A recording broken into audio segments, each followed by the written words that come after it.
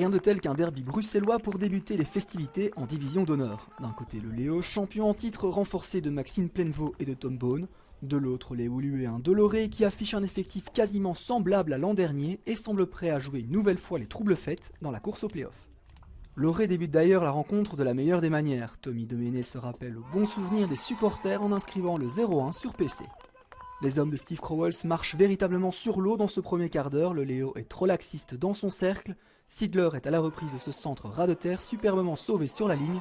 Avant qu'Alexandre Depau ne vienne terminer le travail, c'est déjà 0-2 et c'est amplement mérité. Le Léo parvient à réduire l'écart dans le deuxième quart-temps sur sa première réelle occasion. Cafouillage de Ventier-Free et c'est Verdusson qui pousse la balle au fond. Et comme pour Loré quelques instants plus tôt, le Léo profite pleinement de son temps fort, car 2 minutes plus tard, c'est De Groot, incroyablement seul, qui marque d'une superbe frappe à bout portant, c'est 2 partout à la pause. En deuxième mi-temps, Loré est de nouveau à la manœuvre, Caglioni est tout près de redonner l'avance aux siens. Le Léo tente de réagir sur PC via Tom Bone, qui se heurte à Arthur Thieffry. Loré semble visiblement plus inspiré sur PC, Doméné force un 5e PC qu'il pense d'abord avoir concrétisé avant que les arbitres décident d'annuler le but pour jeu dangereux.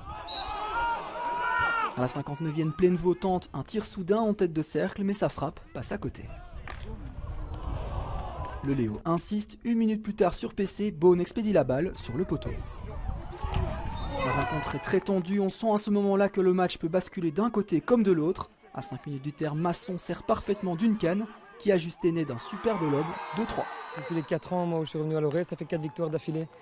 Chaque fois au premier match du championnat, on a l'habitude d'avoir une équipe qui commence bien le championnat. On l'a encore prouvé aujourd'hui, même s'il y a des moments de flottement, c'était un très bon match de reprise.